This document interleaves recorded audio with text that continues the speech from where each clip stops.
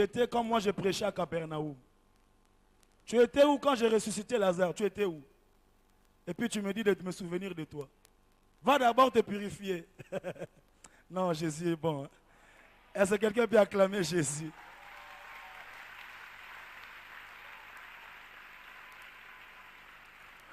Aujourd'hui, ça signifie hier tu étais un voleur, mais aujourd'hui ton histoire change. Romains chapitre 1er, Romains chapitre 8 verset 1er, la Bible dit, il n'y a maintenant aucune condamnation pour ceux qui sont en Jésus-Christ. Il n'y a maintenant, la Bible est intelligente en elle-même. Il ne dit pas il n'y a aucune condamnation, non, il dit il y a maintenant. Quand il dit maintenant, ça signifie hier il y avait condamnation. Avant il y avait condamnation. Mais maintenant que tu es en Jésus, il n'y a aucune condamnation. Alléluia. Amen, amen. Celui qui est dans l'arche, il ne peut plus subir la malédiction du déluge. Tu peux m'expliquer toutes choses, mais tu ne peux pas m'expliquer comment celui qui est dans l'arche est en train d'être mouillé par le déluge. Parce qu'il y a des gens qui disent, tu sais, malgré que tu es dans Christ, malgré que tu es dans l'arche, mais tu es toujours sous la malédiction, hein? Non, comment je peux être dans l'arche et puis je suis encore dans le déluge? Non, le déluge touche ceux qui ne sont pas dans l'arche. Et quand la pluie tombe, quand le déluge tombe, quand moi je suis dans l'arche, la pluie tombe sur l'arche. Non, je dis ça tombe sur l'arche. La malédiction, ça tombe sur l'arche. Les condamnations, ça tombe sur l'arche. Je dis ça tombe sur l'arche. Ce matin, j'aimerais rassurer quelqu'un pour lui dire, tu peux encore avancer. Vous savez, on raconte l'histoire d'un monsieur qui travaillait dans un poulailler. Le pasteur m'a dit qu'il y a maintenant des projets, tout ça, des fermes. Alors le monsieur, il travaillait un grand poulailler avec plus de 5000 poules. Et puis il travaillait et tout ça. Un jour, il a volé la poule. Il l'a placée quelque part. Son ami l'a vu. Ah! Il n'a rien dit. Le lendemain, quand il revenait au travail, son ami lui dit, mon cher, est-ce que tu peux m'aider à faire ça? Il lui dit, ah, c'est ton boulot, moi si je fais le mien. Il dit, hier tu avais volé, hein. Je t'avais vu. Hein. Ah, ok, ne dis à personne. Il travaille pour lui. Le lendemain, il vient. Il dit, mon frère, ton salaire là, on va diviser ça. Ah, diviser le salaire? Oui, oui. Pourquoi? Mais tu te souviens, tu avais volé. Hein. Je vais parler au patron. Il dit, ah, bon, on va diviser. Un jour, il vient comme ça. Son ami relaxe, il dort. Il dit, aujourd'hui, je ne travaille pas, tu vas faire mon travail et ton travail. Pourquoi? Tu te souviens? Tu avais volé. J'irai t'accuser chez le chef. Ah. Non, il s'est dit, non, trop c'est trop, trop c'est trop. Je dois moi-même voir le chef. Ouais. Il demande une audience. Il va chez le chef. Il lui dit, vraiment, je voudrais m'excuser d'une chose. Il y a 2 semaines, j'ai volé une poule. Je suis rentré à la maison. Depuis lors, je suis très mal à l'aise. Ça me ronge, ça me dérange. J'aimerais vraiment que tu me pardonnes et tout ça. Le chef le regarde, il dit, j'ai jamais vu un travailleur comme ça. Tu sais, on me vole tous les jours. C'est-à-dire, les vols là, je les place dans les actifs du travail. Quand je fais l'évaluation, le bilan, tout ça, il y a toujours un nombre où je me dis, ça je ne maîtrise pas, parce qu'on me vole. Mais personne n'est revenu comme ça. Non, non, non. Tu es pardonné. D'ailleurs, prends un peu quelque chose. Je t'encourage. Et puis il part. Le lendemain, il vient au travail. Son ami lui dit, tu vas travailler pour moi. Tu vas faire ça. Il dit, qui? Je ne vais rien faire. Il dit, tu as oublié? Tu as volé hier, j'irai t'accuser. Il dit, non, non, non, j'ai déjà vu le chef. J'ai déjà parlé avec le chef. Le chef m'a pardonné. Le chef m'a restauré. Le chef m'a dit, je peux repartir. Je suis venu dire à quelqu'un, le voile a été déchiré. Tu peux voir le chef toi-même. Tu peux présenter ton problème. Il peut te pardonner. Il peut te restaurer. Le diable est un menteur. Il ne peut pas t'accuser. Les hommes sont des menteurs. Ils ne peuvent pas te condamner. Aucun péché n'est aussi grand que le sang de l'agneau. Le sang de Jésus est capable de purifier et les voleurs, et les menteurs, et tout celui qui a commis un mal. Tant que tu respires encore, tant que tu vis encore, il y a de l'espoir pour toi. Aujourd'hui, tu seras avec moi dans le paradis. Quelqu'un dit un bon amen. Il nous a délivrés de la culpabilité du passé. Deuxième acquis de la croix, il nous a délivrés du poids du présent. Quelqu'un peut dire le poids du présent. Bien-aimé dans le Seigneur, le présent a beaucoup de défis. Le présent a beaucoup de contraintes.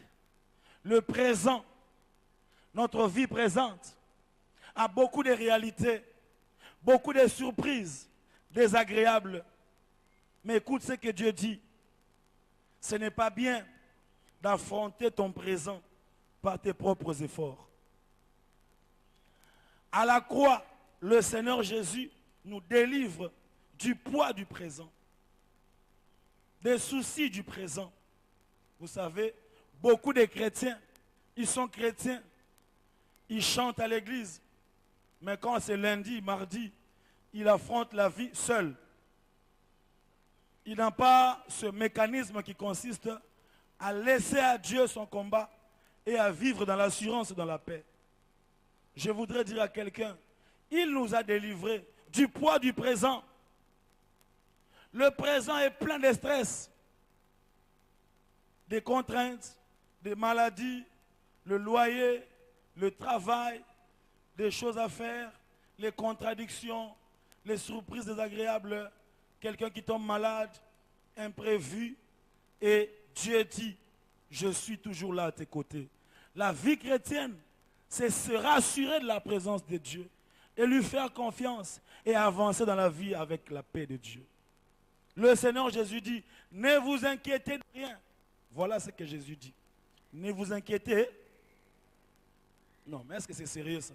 Jésus dit, ne vous inquiétez. Waouh, Jésus. Mais est-ce que tu comprends ce que tu dis? Sur cette terre, lorsque tu mets France 24 ou TV5, comment on peut s'inquiéter de rien? Il n'y a jamais de bonnes nouvelles. Jamais. Bien-aimé dans le Seigneur. Et pourtant Jésus le dit. Donc s'il le dit, c'est possible de vivre sur la terre, mais ne s'inquiéter de rien. Bien-aimé, c'est très important de savoir ces choses pour vivre une vie, pas trop de stress. Tu vis une vie, vous savez, il y a des gens qui sont tellement habitués à des inquiétudes et des soucis qu'ils pensent que se réjouir, adorer Dieu, danser comme on danse ici, c'est une forme, c'est pas être sérieux, c'est être moins sérieux. Il y a des gens qui pensent comme ça. Vous savez, c'est pas très sérieux. Quand vous chantez, vous dansez là, non, c'est pas très sérieux. Dans la vie, il faut avoir des soucis. Il faut avoir des inquiétudes. Papa, si tu as des soucis, des inquiétudes, si tu les nourris, tu auras un AVC. Écoute ce que la Bible dit dans le livre de 1 Pierre, chapitre 5, verset 7. 1 Pierre, chapitre 5, verset 7. La Bible dit quoi? Et déchargez-vous sur lui de tous vos soucis, car lui-même prend soin de vous. Déchargez-vous sur lui de tous vos soucis, et lui prend soin de vous. Je vous en supplie, frères et sœurs, ce matin, dans la présence de Dieu, Dieu te rappelle qu'il ne t'appartient pas de nourrir des soucis, de nourrir des inquiétudes. Parce que personne avec des soucis et des inquiétudes ne peut ajouter une seule seconde à sa propre vie. Il n'y a que Dieu qui peut assurer une vie meilleure. Le Seigneur Jésus disait, venez à moi, vous tous qui êtes chargés et fatigués. Apprenons à faire confiance en Dieu. La Bible dit, recommande ton sort à l'Éternel. Mets en lui ta confiance et il agira. Recommande ton sort. Le sort, c'est quoi? Le sort, c'est l'ensemble des circonstances, des réalités, des phénomènes, des événements qui caractérisent ta vie présente et future. Toute forme de rendez-vous, des gens méchants et heureux que tu rencontres, ton sort, le sort. Le sort. Pourquoi on dit aux gens, on lui a jeté un mauvais sort? C'est-à-dire quand il sort à Betil Bakou, sur Abimi, à côté de mon à fond la bureau, car R, directeur en Akanda, à Benguié, à Silik, il faut le bureau. Ce n'était même pas ton problème. Il devait s'accorder sur toi, mauvais sort.